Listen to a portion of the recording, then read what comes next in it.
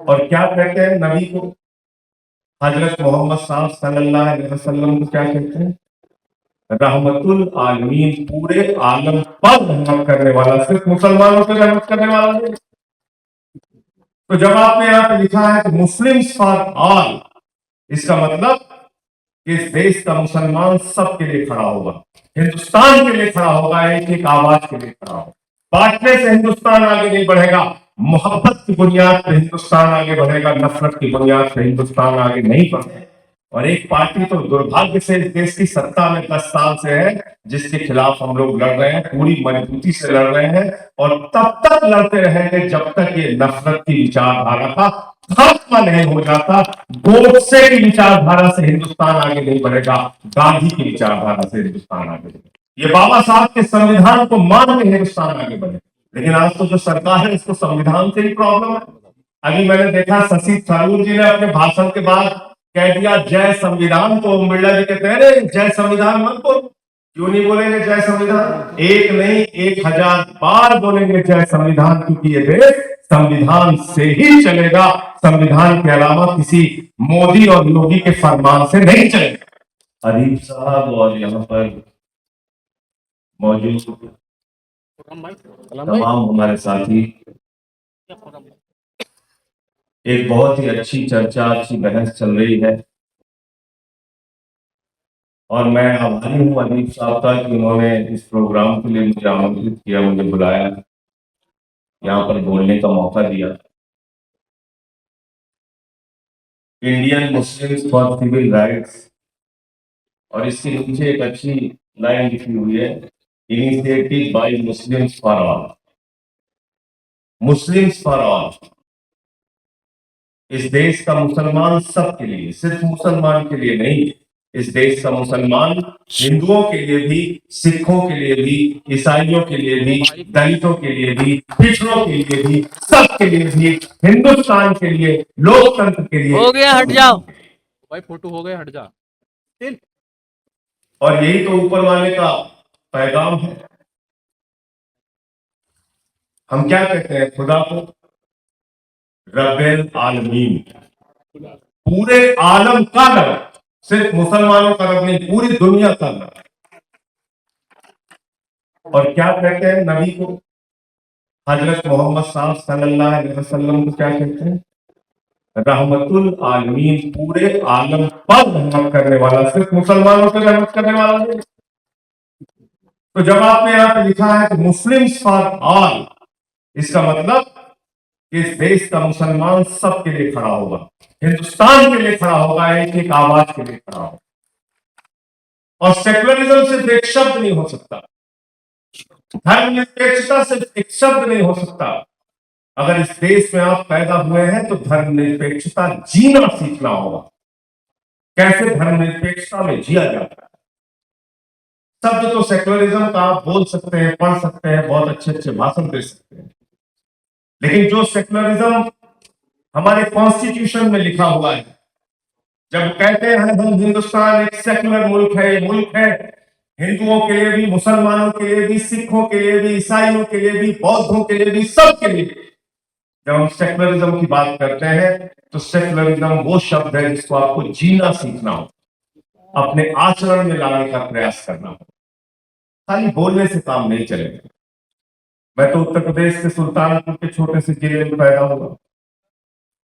7वीं के बाद मेरे दोस्त थे इरफान, अशोक सिंह, मासूद, हम सारे लोग साथ साथ खेले बड़े हुए। और फिर मैं पढ़ाई के लिए उड़ीसा चला गया, माइनिंग इंजीनियरिंग की पढ़ाई के लिए, वहां से डिप्लोमा किया। और हालात बदले उस समय, 6 दिसंबर 1992 भी हुआ, मैं घर पे नहीं था, लेकिन सबसे पहला शख्स मेरे घर पे अगर कोई पहुंचने वाला था तो मेरा दोस्त इरफान था। और उसने जाके कहा कि अगर इस घर की तरफ आंख उठा के भी देखा तो मेरी लाश के ऊपर होकर गुजरना पड़ेगा। ये है सेकुलरिज्म जो हमने जिया है। उसको कैंसर की बीमारी हो गई, हम लोग साथ साथ रहे। जब उसकी मृत्यु होने लगी तो उसने अपने कागज पे लिख के दिया, अब संजय सिंह इस घर के बेटे हैं, इनको इसी तरीके से साथ में रखें।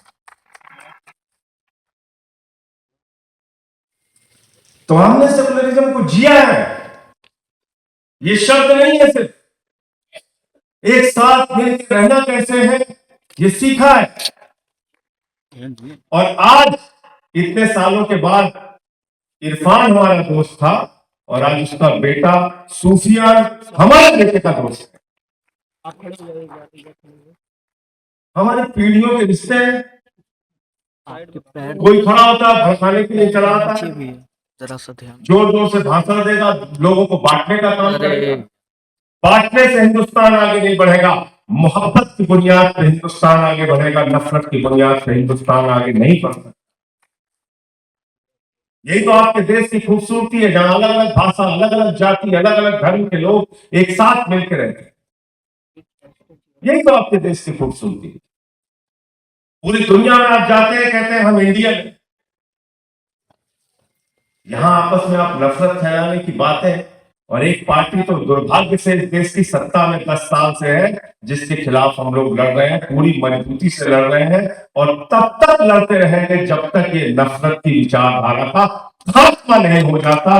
गोडसे की विचारधारा से हिंदुस्तान आगे नहीं बढ़ेगा, गांधी की विचारधारा से हिंदुस्तान आगे बढ़ेगा। ये बाबा साहब के संविधान को मान के हिंदुस्तान आगे बढ़ेगा। लेकिन आज तो जो सरकार है, इसको संविधान से ही प्रॉब्लम है। अभी मैंने देखा शशि थरूर जी ने अपने भाषण के बाद कह दिया जय संविधान, तो ओम बिरला जी कहते हैं जय संविधान मत बोलो। क्यों नहीं बोलेंगे जय संविधान? एक नहीं 1000 बार बोलेंगे जय संविधान, क्योंकि ये देश संविधान से ही चलेगा। संविधान के अलावा किसी मोदी और योगी के फरमान से नहीं चलेगा।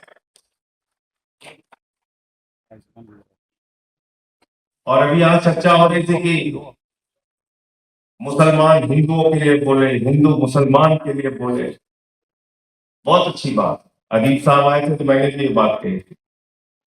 लेकिन अगर सेकुलरिज्म को करना है तो बात यहीं तक सीमित नहीं रहेगी।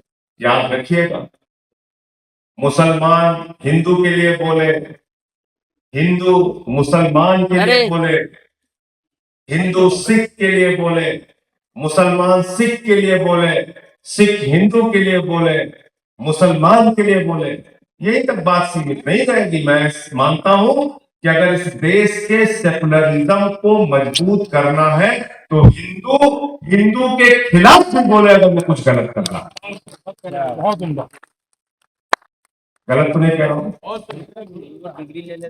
अगर मैं हिंदू हूं और कोई हिंदू संगठन बनाकर हमारे समाज को भड़काने का काम करेगा कि चलो भाई मुसलमानों से लड़ना है, झगड़ना है, तो उसके खिलाफ बोलने की जिम्मेदारी हमारी नहीं है। और मुसलमान भी मुसलमान के खिलाफ बोले अगर वो कुछ गलत करने जा रहा है, और सिख भी सिख के खिलाफ बोले अगर वो कुछ गलत करने जा रहा है, और ईसाई भी ईसाई के खिलाफ बोले अगर वो कुछ गलत करने जा रहा है, तभी सेकुलरिज्म मजबूत होगा। ऐसे मजबूत नहीं होगा। पीड़ा यहां पर सबकी कही गई, बहुत अच्छी बात। आज क्या हो रहा है इस देश के अंदर? पहले मुसलमानों को गाली दिया, फिर सिखों को गाली दिया, फिर ईसाइयों को गाली दिया, फिर बौद्धों को गाली दिया, फिर जाटों को गाली दिया, फिर मराठों को गाली दिया, फिर किसानों को गाली दिया, फिर पहलवानों को गाली दिया, अब अयोध्या वालों को गाली दे रहे नहीं देते? बताओ। तो ये भारतीय गालीबाज पार्टी है। मैंने तो इसका नाम बदल के भारतीय झगड़ा पार्टी रख दिया। मैंने कहा भैया मोहल्ले में मत बुलाया था, तो झगड़ा करके चले जाए। किसके सगे हो भाई? अयोध्या में हार गए तो वहां के लोगों को गाली, उत्तर प्रदेश के हिंदुओं को गाली, हजारों करोड़ रुपए अयोध्या के विकास में खर्चा हो गया। देखिए क्या। आप मुझे बताइए कि आप अयोध्या से हार गए तो अयोध्या के लोगों को गाली दे रहे हैं, और वहां पे बुलडोजर चला के भी बुलडोजर का जिक्र हमारे कश्मीर के साथी कर रहे थे। बुलडोजर चला, बिल्कुल ठीक बात है। जाकर देखिए अयोध्या में, इमरान आते हैं हमारे बगल से प्रतापगढ़ से, अयोध्या में बुलडोजर चला के हजारों मकान तोड़ के जमींदोज कर दिए गए। तो बुलडोजर चल रहा है, मुसलमानों पे चल रहा है, चुपचाप बैठे हो मजा आ रहा है, सिखों पे चल रहा है मजा आ रहा है। ये मत सोचना कि तुम बच जाओगे। नोएडा में त्यागी जी वाला बुलडोजर देखा रहेंगे आपने, त्यागी जी का चला फिर पलट के दूसरे वाले पे चला। ये जो राजनीति होती है इसका अंत बहुत खराब होता है, ये अपने को ही सबसे ज्यादा नुकसान पहुंचाने का काम करती है। ये बात हमें समझनी होगी और इस देश का सेकुलरिज्म मिल के आगे बढ़े। हमारे दोस्त रानी सर यहाँ पे बैठे हुए,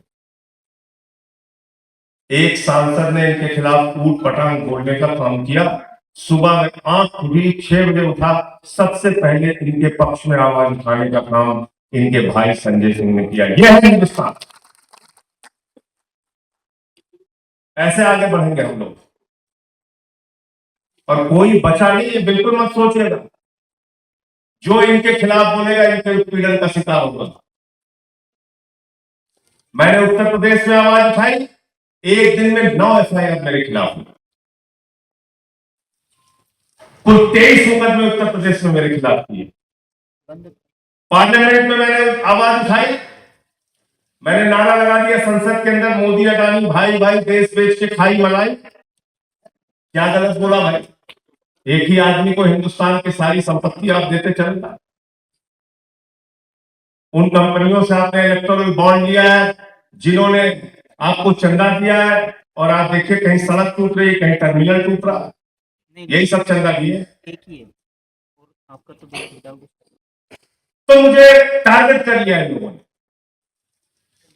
जीवन में कभी, मैं चुनौती के साथ कहता हूं, जीवन में कभी एक पैसे की रिश्वत नहीं ली, बेईमानी नहीं किया, इसीलिए आंख में आंख मिलाकर इस सरकार के खिलाफ लड़ पाता हूं। बावजूद उसके इन्होंने मुझे ईडी के जरिए जेल में 6 महीने जेल में रखा, 6 महीने जेल में रखा। इसलिए किसी के सगे नहीं है, गलत फहमी में किसी को नहीं रहना चाहिए। न मुसलमान, न सिख, न ईसाई, न हिंदू, किसी के सगे नहीं है। जो इनके खिलाफ बोलेगा वो जेल में रहेगा। कभी संजय रावत जेल में रहेंगे, कभी अनिल देशमुख जेल में रहेंगे, कभी हेमंत सोरेन जेल में रहेंगे, कभी ममता बनर्जी के मंत्री जेल में रहेंगे, कभी अरविंद केजरीवाल जेल में रहेंगे, मनीष सिसोदिया जेल में रहेंगे, सत्येंद्र जैन जेल में रहेंगे। मुझे जेल में रखा, लड़ रहे इसलिए तो रखा। लेकिन मैं अपनी बात का अंत इसी बात से करना चाहता हूं, इस देश के सेकुलरिज्म को बचाने के लिए, मोहब्बत की बुनियाद पे हिंदुस्तान को बनाने के लिए जो कुछ भी कुर्बानी देनी पड़ेगी उसके लिए तैयार है। 6 महीने नहीं, पूरी जिंदगी अगर जेल में रहना पड़ेगा तो रहेंगे।